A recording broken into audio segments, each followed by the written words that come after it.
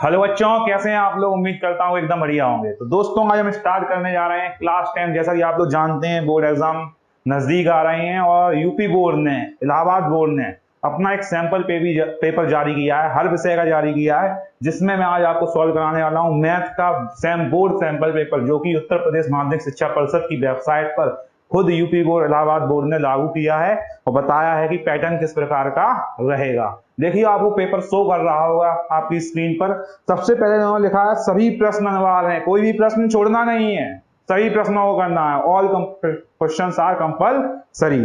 फिर लिखा है खंड आ में 20 अंक के 20 बहुविकल्पीय प्रश्न है। मतलब सबसे पहले तो आपको खंड आ मिलेगा आपको, जिसमें आपको 20 बहुविकल्पीय, 20 मल्टीपल चॉइस क्वेश्चन, मतलब कि आपको सॉल्व करना आता हो चाहे ना आता हो, आप रफ में सॉल्व करें चाहे कहीं भी सॉल्व करें, आपको सिर्फ टिक लगा के आंसर का जवाब देना है, जिनके उत्तर आपको OMR सीट पर भरने होंगे। कहां भरने होंगे? OMR seat. OMR सीट पे आपको गोला करके भरना होता है, सर्कल करके भरना होता है और बहुत ही ध्यानपूर्वक भरी जाती है OMR सीट। अगर आप कमेंट में बताएंगे तो हम जरूर OMR सीट भरना भी आपको सिखाएंगे, ठीक है।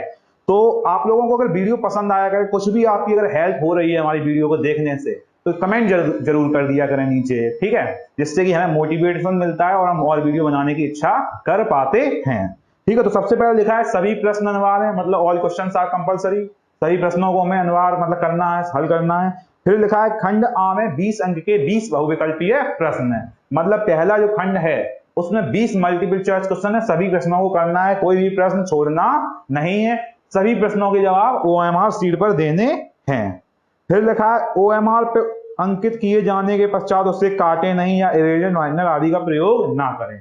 मतलब कि आपने जो प्रश्न OMR सीट में भर दिया, जो विकल्प आपने चुन लिया, अगर वो फिर उसे द्वारा आप काटेंगे नहीं, इरेज नहीं करेंगे, जो हो गया सो हो गया, ठीक है। दूसरा खंड जो बा खंड है, उसमें हमें 50 वर्णनात्मक प्रश्न मिलेंगे, 50 अंकों के वर्णनात्मक प्रश्न मिलेंगे, मतलब 20 अंकों के बहुविकल्पीय प्रश्न, 50 अंकों के लिखित प्रश्न, रिटन पेपर, ठीक है, जिससे कि हमें कुल 70 नंबर होंगे। इस खंड में कुल 5 प्रश्न होंगे, ठीक है। तो बस ये तो निर्देश दिए गए हैं, हम चलते हैं खंड आ पे। तो आपको पता चल गया 20 बहुविकल्पीय प्रश्न है और बाकी सभी 50 नंबर के रिटन क्वेश्चन है, ठीक है, 50 नंबर के रिटन क्वेश्चन है। तो सबसे पहले बहुविकल्पीय प्रश्न सॉल्व करना स्टार्ट करेंगे। और इस एग्जाम जो आपको बोर्ड द्वारा जारी किया गया है पेपर, इसकी अगर आपको PDF डाउनलोड करनी है तो आप डिस्क्रिप्शन में आपको लिंक दे दी जाएगी PDF की, वहां से आप इसे ओपन कर सकते हैं और PDF में पासवर्ड डला हुआ होगा, जो पासवर्ड आपको अभी वीडियो में चलते हुए शो कर दिया जाएगा, PDF पासवर्ड करके उसे आप डालेंगे तो PDF आपकी ओपन हो जाएगी। तो चलिए क्लास को स्टार्ट करते हैं। पहला क्वेश्चन हमारे कंप्यूटर जी दिखाइएगा। पहला प्रश्न क्या है? पहला प्रश्न दिया है किन्हीं दो संख्याओं का एलसीएम 60 तथा एचसीएफ 3 है। क्या कह रहे हैं? किन्हीं दो संख्याओं का एलसीएम 60 है तथा एचसीएफ 3 है। एक संख्या 12 है तो दूसरी संख्या क्या होगी? क्या लिखा है? एक संख्या 12 है तो दूसरी संख्या क्या होगी? कमेंट बॉक्स में आंसर कीजिएगा।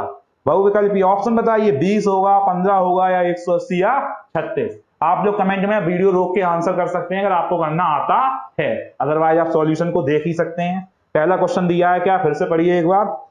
किन्हीं दो संख्याओं का एलसीएम 60 है तथा एचसीएफ 3 है। दो संख्याओं का जो एलसीएम है वो 60 है तथा एचसीएफ 3 है।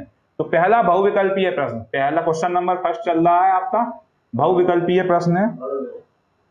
बहुविकल्पीय प्रश्न पहला देख रहे, क्या करना है? पहला बहुविकल्पीय प्रश्न है, प्रश्न 1, ठीक है। बहुविकल्पीय प्रश्न, पहला बहुविकल्पीय प्रश्न दिया है किन्हीं दो संख्याओं का एलसीएम 60 तथा एचसीएफ 3 है। मतलब जो दो संख्याएं हैं उनका एलसीएम दिया है कितना? 60 और एचसीएफ दिया है कितना? 3। तो कोई दो संख्याओं है, इनका एलसीएम 60 है, एचसीएफ 3 है। एक संख्या 12 है तो दूसरी संख्या क्या होगी? तो क्या करना? माना संख्याएं, माना संख्याएं। देखो, आपको तो टिक लगाना है, चाहे आप रफ में सॉल्व करना चाहे कहीं भी सॉल्व करना, आपको सिर्फ टिक लगाना है। लेकिन सॉल्व कैसे करना है मैं वो आपको बता रहा हूं। माना संख्याएं, माने की संख्याएं जो है वो A, B हैं। माना संख्याएं A, B हैं। और कहा गया एक संख्या 12 है, तो मान लीजिए A जो संख्या है, पहली संख्या वो 12 है, तो दूसरी संख्या क्या होगी? तो हमें B पता करना है। तो फॉर्मूला होता है क्या? दो संख्याओं का गुणनफल, दो संख्याओं का गुणनफल, दो संख्याओं का गुणनफल जो होता है वो किसके बराबर होता है? एलसीएम इंटू एचसीएफ के। एलसीएम इंटू एचसीएफ के। तो किन्हीं भी दो संख्याओं का गुणनफल जो होता है वो उनके एलसीएम और एचसीएफ के गुणनफल के बराबर होता है। तो हमने दो संख्याएं मानी थी ए और बी, तो इनका जो गुणनफल होगा वो किसके बराबर होगा, एलसीएम के और एचसीएफ के, एलसीएम के और इनके एचसीएफ के। इनमें से कहा गया था कि पहली संख्या जो है वो 12 है, पहली संख्या क्या है 12 है, तो ए को हमने 12 मान लिया। तो दूसरी संख्या हमें पता करनी है, तो बी हमें पता करनी है। एलसीएम कितना है 60 है, एलसीएम कितना है 60, एचसीएफ कितना है 3 है, एचसीएफ कितना है 3 है। तो बी बराबर 60 गुणा 3 बटे में 12, 12 पंचे 60, तो 5 दिया 15। तो दूसरी संख्या होगी वो कितनी होगी 15, दूसरी संख्या कितनी होगी 15। तो ऑप्शन नंबर कौन सा सही है, दूसरा ऑप्शन आपका बिल्कुल सही है। तो क्या लिखेंगे, विकल्प 2 आपका जो है वो आंसर में होगा। ठीक है, तो आपको इस प्रकार से सॉल्व करना है, ऑप्शन को टिक लगाना है, आपको होमवर्क शीट में भरना है सॉल्व करके, ठीक है, आंसर निकाल के। तो पहला बहुविकल्पीय प्रश्न आपका हो गया। चलिए टाइम को बिना वेस्ट किए दूसरे प्रश्न को देखते हैं।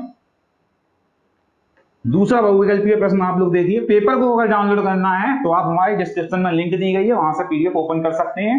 पीडीएफ पे पासवर्ड डालना पड़ेगा, पासवर्ड आपको शो हो जाएगा कंप्यूटर स्क्रीन पे। ठीक है, तो सबसे पहले देखो दूसरा प्रश्न दिया है, एक शून्येतर परमेय संख्या, देखिए आप पढ़िए, एक शून्येतर परमेय संख्या और एक अपरमेय संख्या, क्या कह रहे हैं, कोई एक परमेय संख्या है और कोई एक अपरमेय संख्या है, का जो गुणनफल होता है वो क्या होता है। ऑप्शन नंबर 1 सदैव अपरमेय होता है, सदैव परमेय होता है, परमेय या अपरमेय होता है, या फिर एक होता है।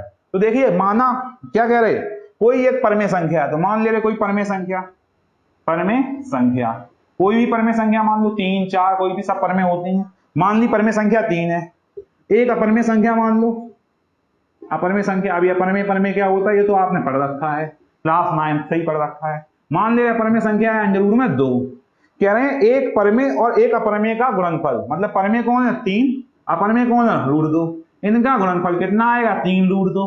तो कभी भी एक परमेय और अपरमेय का जो गुणनफल आता है वो भी अपरमेय आता है। तो ऑप्शन नंबर फर्स्ट क्या लिखा है, सदैव अपरमेय संख्या। तो फर्स्ट जो विकल्प है सदैव अपरमेय संख्या, सदैव अपरमेय संख्या, ये आपका सही होगा, सदैव अपरमेय संख्या, सदैव अपरमेय संख्या, ये आपका आंसर में हो जाएगा। मतलब कभी भी एक परमेय संख्या का और एक अपरमेय संख्या का गुणनफल करोगे तो वो क्या आएगा, हमेशा ही अपरमेय आएगा। और प्रश्न में हमें एक टिक मारना था, तो फर्स्ट ऑप्शन आपका सही है, आप लोग कर सकते हैं। चलिए देखते हैं तीसरा बहुविकल्पीय प्रश्न, देखते हैं तीसरा बहुविकल्पीय प्रश्न। तीसरा बहुविकल्पीय प्रश्न क्या दिया गया है, तीसरा बहुविकल्पीय प्रश्न दिया है आपका, तीसरा बहुविकल्पीय प्रश्न दिया है रेखा युग्म समीकरण। देखिए दो समीकरण दिए गए हैं, क्या दिए गए हैं, दो समीकरण, एक दिया x + 2y - के 5 बराबर 0, ठीक है। दूसरा समीकरण दिया है 4x + 8y - के 20 बराबर 0। तो इसे मान ले रहा मैं इक्वेशन नंबर फर्स्ट, इसे मान ले इक्वेशन नंबर 2। हमें बताना है कि हल होंगे, मतलब इन दोनों समीकरणों के हल कितने होंगे। तो सबसे पहले इन सवालों को करने के लिए हम a1 b, समीकरण 1 के लिए हम निकालते हैं a1 b1 और c1, ठीक है। समीकरण 2 के लिए हम निकालते हैं a2 b2 और c2, समीकरण 2 के निकालते हैं a2 b2 और c2। तो सबसे पहले a1 क्या होता है, जो x का गुणांक होता है। तो समीकरण 1 में x के साथ क्या लिखा है, कुछ नहीं, कुछ नहीं मतलब 1 होता है, यहां कुछ नहीं दिखता वहां 1 तो हम मान सकते हैं। तो a1 कितना हो गया 1। b1 क्या होता है, y का गुणांक, y के साथ गुणा में कौन है 2, तो b1 कितना हो जाएगा 2। c1 क्या होता है, बाद में बचा हुआ अचर पद, कोई संख्या कितनी है -5। अब दूसरे समीकरण में देखो a2 क्या होगा, x का गुणांक a2 कहलाएगा, कितना हो जाएगा 4। b2 क्या होगा, सॉरी गलती हो गई, यहाँ पे y है, b2 क्या होगा, y का गुणांक कितना है 8। c2 क्या होता है, बची हुई है पर कोई अचर पर, कितना है -20, कितना है -20। अब इनकी कंडीशन देखनी है कि इनके एक हल होगा या अपरिमित रूप से अनेक हल होंगे, या कोई हल नहीं होगा, या 2 हल होंगे, ये हमें बताना है, ठीक है। तो सबसे पहले इसके लिए हम चेक करते हैं, a1/a2 का अनुपात निकालते हैं। a1/a2 कितना आएगा, a1 1 है, a2 कितना है 4, तो a1 a2 आएगा 1/4। फिर हम निकालते हैं b1/b2 का अनुपात, b1/b2 का अनुपात, b1 कितना है 2, b2 कितना है 8, तो 1 कम 2 2 दूनी 4, तो 1/4 ये भी आ गया।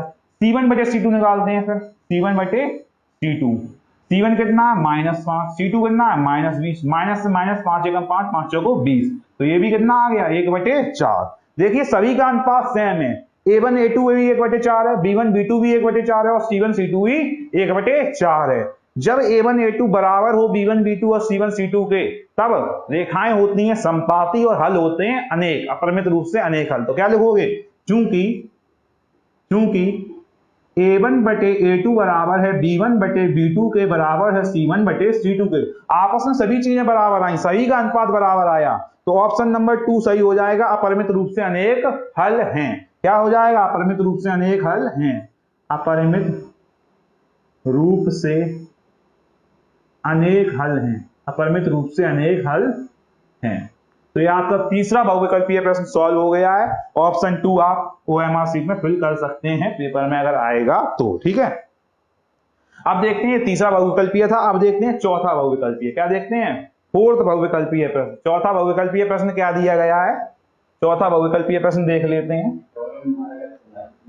चौथा बहुविकल्पीय प्रश्न क्या दिया गया है, फोर्थ क्वेश्चन दिया गया है आपको, फोर्थ दिया है। सबसे पहले देखिए, आप पढ़िए ध्यान से, क्वेश्चन को पढ़ना बहुत जरूरी है। सबसे पहले दिया गया है, वह सबसे बड़ी संख्या जिससे 70 और 125 को विभाजित करने पर क्रमशः शेषफल 5 और 8 प्राप्त होता है। क्या कह रहे हैं, दो संख्याएं, देखो बहुविकल्पीय 4 को सॉल्व कर रहे हैं, दो संख्याएं 70 और एक है 125। कह रहे दो संख्याएं 70 और 125 को ऐसी कोई संख्या विभाजित, बड़ी संख्या विभाजित करती है जो इसमें शेषफल कितना देती है, 70 से शेषफल, क्रमशः शेषफल कितना देती है, क्रमशः शेषफल, क्रमशः शेषफल, शेषफल 5 और 8, 5 और 8 प्राप्त होता है। ठीक है, क्या कह रहे हैं, फिर से पढ़ो। वह सबसे बड़ी संख्या ज्ञात करो जिससे 70 और 125 को विभाजित करने में भाग दिया जाता है तो शेषफल 5 और 8 आता है। मतलब वह कोई संख्या है, बड़ी से बड़ी कोई संख्या है जिसमें अगर हम 70 का भाग दे, 70 अगर उस संख्या का हम 70 में भाग देते तो शेषफल 5 आता है, और उसी संख्या का अगर हम 125 में भाग देते हैं तो शेषफल आता है 8। शेषफल कितना आता है, 8। तो क्या करते हैं ऐसे सवालों में, पहली संख्या में शेषफल कितना आ रहा, 5, तो 70 में से पहली संख्या में से 5 को घटा दो, कितना बचेगा, 65। दूसरी संख्या को भाग देने में उस संख्या से शेषफल कितना आ रहा, 8, इसे घटा दो, कितना आएगा, 117। जो शेषफल घटाने के बाद जो संख्याएं बचे इनका आपको लेना है HCF। क्या लेना है, HCF। 65 और 117 का आपको लेना है HCF। चलिए हम प्राइम फैक्टराइजेशन मेथड से कर ले रहे हैं, आवाज गुणनखंड विधि से। तो 65 के अगर आप फैक्टर करेंगे, 5 एकम 5, 1 इधर गया 15, 5 दिया 15, 13 एकम 13, और अगर आप 117 के फैक्टर करेंगे तो कितना आएगा, 3 3 जा 9, 2 इधर गए 27, 3 9 जा 27, 3 1 जा 3, 3 3 जा 39, 13 1 जा 13। तो 65 के आपके फैक्टर आए कितने, 5 गुणा 13, और 117 के फैक्टर आपके कितने आए, 3 गुणा 13। एलसीएफ हमें क्या निकालना है, एचसीएफ। क्या निकालना है, एचसीएफ। क्या निकालना है, एचसीएफ। एचसीएफ क्या होता है, एचसीएफ क्या होता है, इन दोनों संख्याओं का, इन दोनों में जो फैक्टर आए हैं इनके कॉमन, तो इन दोनों में सिर्फ कॉमन कितना है, 13, तो एचसीएफ कितना हो जाएगा, 13। अतः वह बड़ी से बड़ी संख्या 13 होगी, अतः वह बड़ी से बड़ी संख्या 13 होगी जिससे अगर हम, जिसका हम 70 और 125 में भाग देंगे तो शेषफल कितना आएगा, 5 और 8 प्राप्त होता है। नहीं मानते तो आप देख के देख लीजिए, 13 का 70 में भाग पड़ो कि 70 से ज्यादा ना हो, 13 पंचे 65, कितना शेषफल बचा, 5। 13 निम्मा 117, कितना शेषफल बचा, 8। बस आंसर आ गया। ठीक है, तो क्या करना है, शेषफल को संख्याओं से घटाना है, जो संख्याएं हैं उनका एचसीएफ लेना है, आंसर हो गया। तो ऑप्शन नंबर कौन सा हो जाएगा, बहुविकल्पीय प्रश्न 4 का ऑप्शन क्या हो जाएगा, बताइए सभी लोग, क्या हो जाएगा, फर्स्ट ऑप्शन। कौन सा ऑप्शन हो जाएगा, फर्स्ट। आंसर हो जाएगा आपका फर्स्ट ऑप्शन 13। ओके, चलिए प्रश्न नंबर 5 पे चलते हैं, प्रश्न नंबर 5 पे चलते हैं। प्रश्न नंबर 5 देखिए क्या दिया गया है, बहुविकल्पीय प्रश्न 5 देखिए क्या दिया गया है, आप लोगों को शो कर रहा होगा। बहुविकल्पीय प्रश्न 5 दिया है, 3 के प्रथम 5 गुणजों का योग क्या है। 3 के प्रथम 5 गुणजों का योग क्या है, 3 के प्रथम 5 गुणजों का योग क्या है। ऑप्शन आपको दिख रहे हैं, आप कमेंट में बता सकते हैं अगर सॉल्व कर सकें। तो हम कैसे करेंगे वो देखो, कह रहे हैं 3 के प्रथम, प्रश्न नंबर है 5वां बहुकल्पीय प्रश्न, 3 के प्रथम 5 गुणज, 3 के मल्टीपल्स का हमें योग बताना है, 3 के प्रथम 5 गुणजों का योग। तो देखो 3 के 5 गुणज क्या होंगे, 3, 6, 9, 12, 15, यही तो 3 के टेबल के मल्टीपल है, गुणज हैं। 3 है, 6 है, 9 है, 12 है, 15। इन सभी का योग बताना है। क्या बताना है? इन सभी का योग। कैसे करेंगे बता सकता है कोई? कैसे करेंगे बता सकता है कोई? सबसे पहले लिखते हैं नंबर ऑफ टर्म। देखो कोई ज्यादा बड़ी संख्याएं नहीं है, चाहो तो डायरेक्ट भी ऐड कर सकते। 3, 6, 9, 9, 18, 12, 30, 30, 15, 45। ऑप्शन कौन सा हो जाएगा चेक कर सकते हो। डायरेक्ट जरूरी नहीं है, डायरेक्ट भी सॉल्व कर सकते हो क्योंकि ज्यादा बड़ी संख्याएं नहीं है। 3 के गुणज हैं ये 5, इनका योग ज्ञात करना। तो 3, 6, 9, 9, 18, 18, 12, 30, 30 और 15, 45। तो डायरेक्ट भी आंसर लगा सकते हो, काय को फॉर्मूला याद करो तो डायरेक्ट इसका आंसर आप मार सकते हो। कितना हो जाएगा? 45। First option is right. इन सभी को योग करोगे तो फर्स्ट ऑप्शन आएगा 45। ठीक है, कहानी खत्म। ठीक है, वरना समांतर श्रेणी वाला सवाल है, फॉर्मूला लगा के भी कर सकते हो। अब देखना है प्रश्न नंबर 6। अब देखना है प्रश्न नंबर 6। क्या लिखा है? द्विघात समीकरण के बारे में निम्न कथनों पर विचार कीजिए। एक द्विघात समीकरण दिया है, देखिए क्या दिया है, एक द्विघात समीकरण दिया है। प्रश्न 6 देखिए, बहुविकल्पीय प्रश्न। एक द्विघात समीकरण दिया है 2x² माइनस के 4x प्लस के 3 बराबर 0।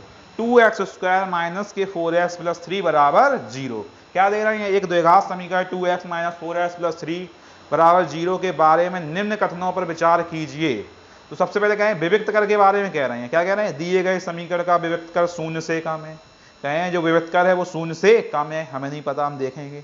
समीकरण के कोई मूल वास्तविक नहीं है, हमें बताना है कि मूल वास्तविक नहीं है।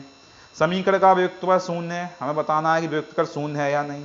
और समीकरण के मूल वास्तविक हैं, हमें क्या बताना है, फिर हमें ये देखना है। ठीक है, चलिए देखते हैं। सबसे पहले विविक्त कर की बात कर रहे हैं तो हम यहाँ पे विविक्त कर निकाल ले रहे हैं। विविक्त कर, डेविएशन, विविक्त कर, विविक्त कर। विविक्त कर का फॉर्मूला होता है b² माइनस के 4ac, b² माइनस के 4ac। अब सबसे पहले a क्या होता है? x का गुणांक, x² का गुणांक। x² का गुणांक कितना है? 2। b क्या होता है? x का गुणांक कितना है? माइनस का 4। c क्या होता है? अचर पद कितना है? प्लस का 3। अब इस फॉर्मूले में रखेंगे विविक्त कर को, वैसे शॉर्ट में लिखते हैं d से, तो d को इंग्लिश में डेविएशन कहते हैं इसलिए इसे d से लिखते हैं। तो d बराबर क्या होगा? b² माइनस के 4ac। तो b का स्क्वायर, b की जगह कितना है? माइनस का 4। तो माइनस के 4 इंटू a की जगह 2 इंटू c की जगह 3। तो बताओ जरा, -4 का स्क्वायर 16, किसी भी संख्या का स्क्वायर करो माइनस होगी तो प्लस ही हो जाती है। 4 दूनी आती है 24, माइनस के 24। 16 माइनस 24 कितना आ गया? माइनस का 8। और माइनस के जो 8 होते हैं वो होते हैं 0 से कम। तो पहला ऑप्शन जो आपका है वो सही हो जाएगा। क्या? कि समीकरण का विविक्त कर जो है वो 0 से कम है। -8 है और माइनस की संख्या 0 से कम होती हैं, तो विविक्त कर क्या हो जाएगा? दिए गए समीकरण का विविक्त कर 0 से कम है। तो ऑप्शन सही होगा फोर्थ वाला। देखिए ऑप्शन नीचे दिए गए हैं, निम्नलिखित में से सही उत्तर का चयन कीजिए। ऑप्शन दिया गया है ए और बी सही है, ए और डी सही है, सी और डी सही है, या केवल ए सही है। तो हमारा केवल ए सही निकला। कौन सा सही निकला? केवल ए सही है, केवल ए सही है। ए वाले में कहा गया है कि विविक्त कर 0 से कम है, वाकई में विविक्त कर 0 से कम है, तो ऑप्शन ए केवल सही है। फोर्थ ऑप्शन आपका करेक्ट हो जाएगा। ठीक है, अब बहुविकल्पीय प्रश्न देखते हैं 7। बहुविकल्पीय प्रश्न देखते हैं 7। बहुविकल्पीय प्रश्न 7 एकदम सभी क्वेश्चन इंपॉर्टेंट हैं, जितने भी आए हैं ये सभी। देखिए 7वां प्रश्न क्या दिया गया है, बहुविकल्पीय प्रश्न 7 को देखिए जरा, क्या दिया गया है, ध्यान से पढ़िए क्या दिया गया है। ए ओ बी सी एक आयत है। देखिए हम चित्र बना ले रहे, कह रहे हैं ए ओ बी सी, ठीक है, ए ओ बी सी एक आयत है जिसके 3 शीर्ष ए के निर्देशांक दिए हैं कितने? 0,3। दूसरा शीर्ष है ओ के निर्देशांक दिए हैं कितने? 0,3। और बी, जो बी शीर्ष है इसके निर्देशांक दिए हैं 5,0 हैं। क्या कह रहे हैं? ध्यान से पढ़ो क्वेश्चन। ए ओ बी सी एक आयत है जिसके 3 शीर्ष ए ओ बी और उनके निर्देशांक दिए गए हैं। इसका विकर्ण क्या होगा? हमसे क्या पूछ रहे हैं? इसका विकर्ण क्या होगा? सबसे पहले तो आप लोग हमें ये बताइए विकर्ण क्या होता है। विकर्ण होता है किसी चतुर्भुज के सम्मुख शीर्षों से मिलाने वाली जो रेखा आती है, रेखाखंड आता है, उसे हम क्या कहते हैं? विकर्ण। तो ए का सम्मुख शीर्ष कौन है? बी। तो ए से बी को मिलाएंगे, ये रेखा क्या आएगी, विकर्ण, मतलब हमें ए बी निकालना है। क्या निकालना है, हमें लेंथ ऑफ ए बी निकालनी है। तो आपने दो बिंदुओं के बीच की दूरी का सूत्र पढ़ा होगा। ए बी क्या है, दो बिंदुओं के बीच की दूरी। तो ए बी हमें निकालना है, ए बी है दो बिंदुओं के बीच की दूरी। क्या फॉर्मूला होता है दो बिंदुओं के बीच की दूरी का, क्या फॉर्मूला होता है, कुछ भी कर लो, x1 माइनस के x2 का square plus y2 minus y1 minus y2 का होल स्क्वायर, यही तो होता है। तो हमें ए बी निकालना है, ए बी इसका विकर्ण कहलाएगा। तो ए बी इसका विकर्ण कहलाएगा हम लोग सीधों को बनाने से। तो हमें ए बी निकालना है, तो x1 माइनस x2 का होल स्क्वायर, इसे मान ले रहे x1, इसे मान ले रहे y1, इसे मान ले रहे x2, इसे मान ले रहे y2, यही तो बिंदु है, इन्हीं के बीच की दूरी निकालनी। तो x1 की जगह 0 माइनस x2 की जगह 5 प्लस y1 की जगह 3 माइनस y2 की जगह 0 का स्क्वायर। तो 0 माइनस 5 रहेगा, माइनस का स्क्वायर करोगे तो प्लस का 25, 3 माइनस 0 3 रहेगा, 3 का स्क्वायर करोगे तो 9, 25 और 9 अंडर रूट में 34। ऑप्शन नंबर थर्ड सही है, ऑप्शन विकल्प आपका तीसरा सही है। विकल्प कौन सा सही है, तीसरा सही है। तो ये आपका बहुविकल्प ये 7 भी हो गया। ठीक है, चलते हैं आगे, चलते हैं आगे। चलिए भैया, ब्लैक मार्कर भी यूज कर लेते हैं, क्योंकि वो उदास बैठा है कि उसे यूज नहीं किया जा रहा है।